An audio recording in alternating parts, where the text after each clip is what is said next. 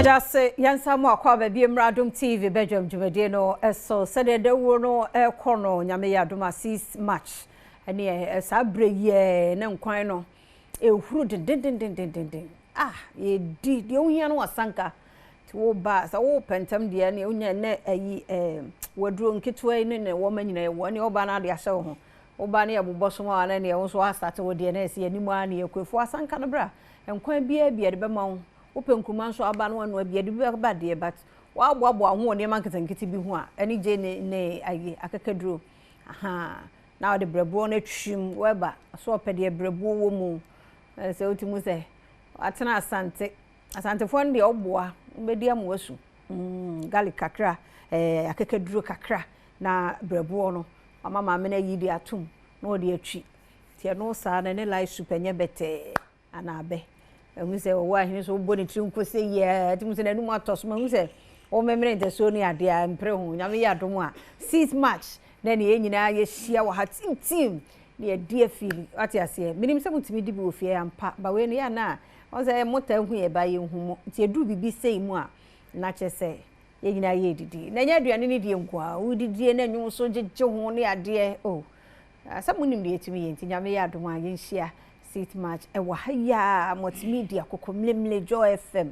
ubahanuma yenyina ne atonsa edidi give us wom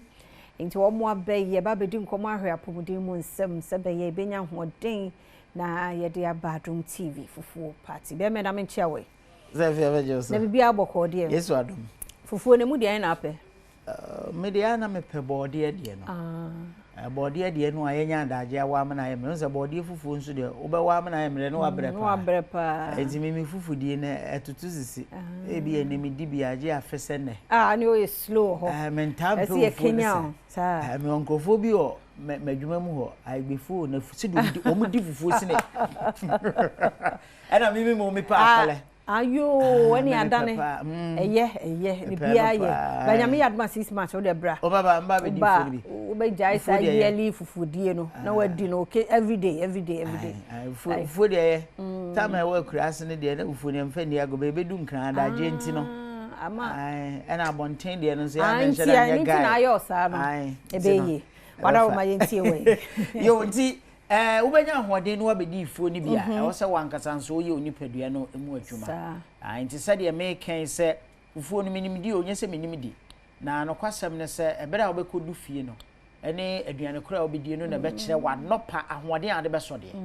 nti wo kodu fie na se abonondu na akoje obanku ni utilapia na akotena ho kowe makuo ni gire se wankasa no be so no aye chako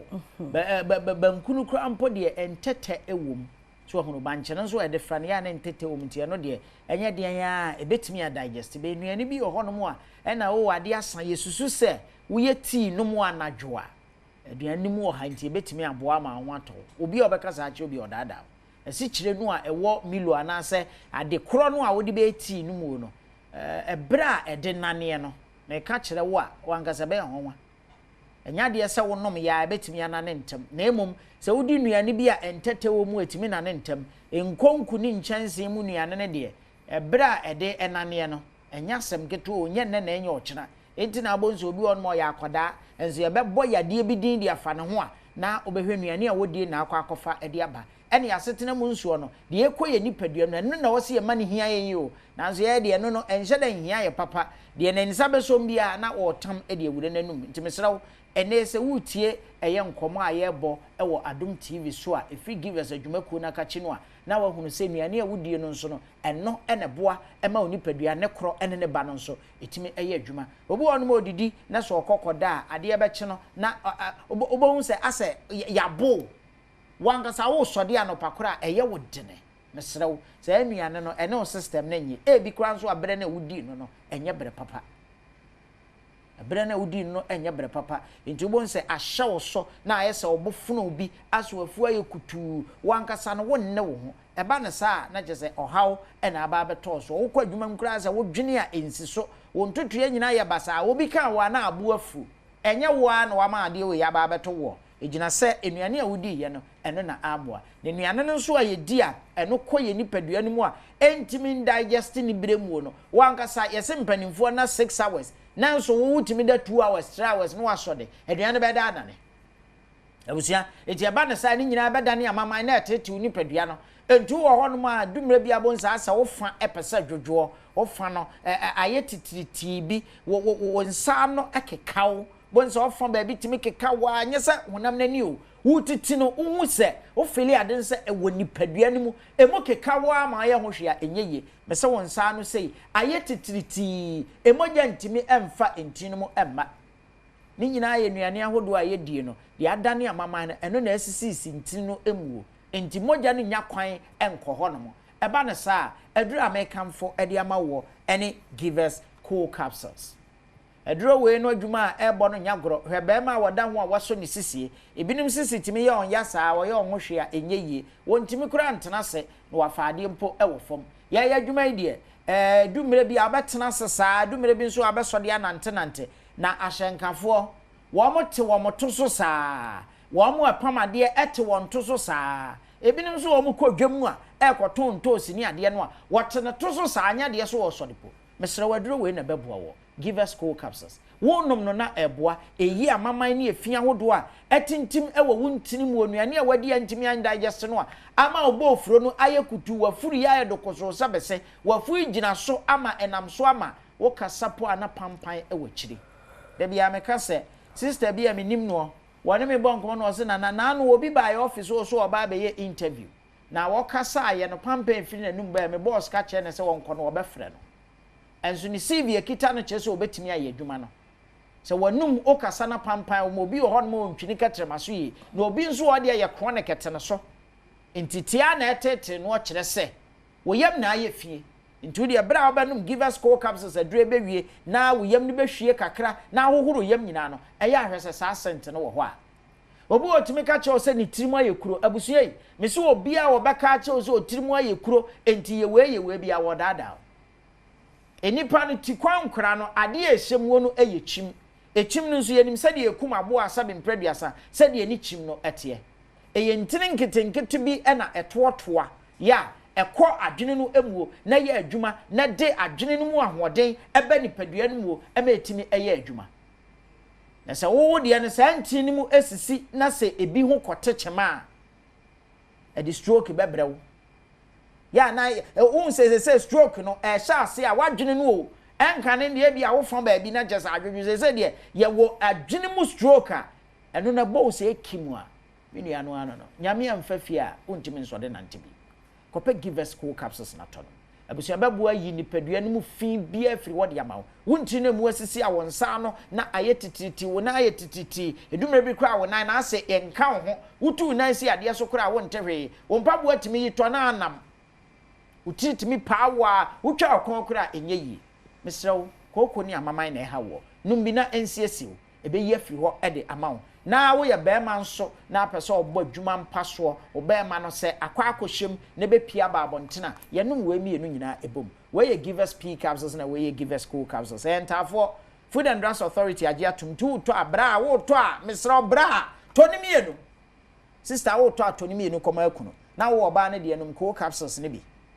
na p capsules ne de eye mema adru eboa mema no mundi mensem pa ye ton drugstore ne pharmacy shop bia Frey was 0543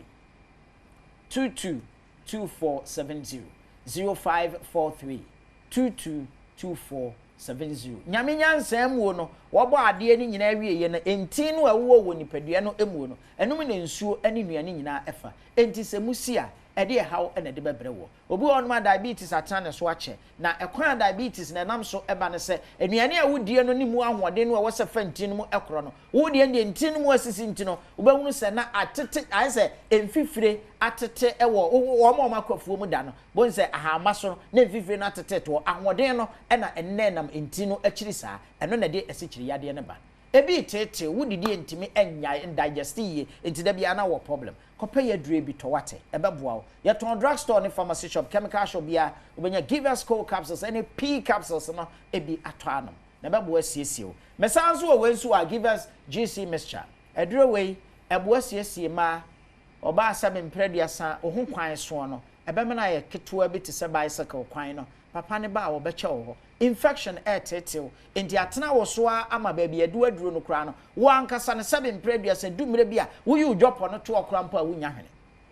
ya na me kamfo de amaye nua no ma ne se me de menya ya anka da bia no wo sode na akọ adwuma ba fia wo dwopo no wankasa hwie mo hwe se funny scent wo mu ana che se infection tetew naturally so oba ebebu ni nsa ya na enka bi ba wo wie nso ana kakra mu no enka bi ba wo de ne de aye chronic ne tew so amesrew infection memfa ni adkro kona kopa give us GC capsules and give us GC mixture yenom ni mienu nyina bom ebeboa na asiesie ebeyi ohaw ni nyina afi wa mawo edumre bi anemma bi etese kosua ayayam bi nketenkete na eno nso ewa akosua kuma ne ho problem ebi ansan bi agu ba ne ho ba ma ne ho nso empoma ntwere bi aba ho a enye nika wankasa no wonam a eka wo na ho krampo a na ye wo ya infection wate ensuo bi firi uba ma numba oba no nso nsuo bi timitene fa ana ho a enya prekam ye so ne ba ma bi a na ehia infection wa hwe betwa wawo kone ko padre bi to ye ton drugstore ne pharmacy shop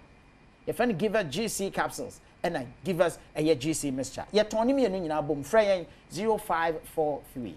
222470 Steph ye adwuma no nso ye go so de man kofo entina wonso a wo ye truck driver okita license no benya adwuma no bi aye and I pay factory hands and so and our more a professional baggers de give us ice no be share no memo na aye kama the same number 0543222470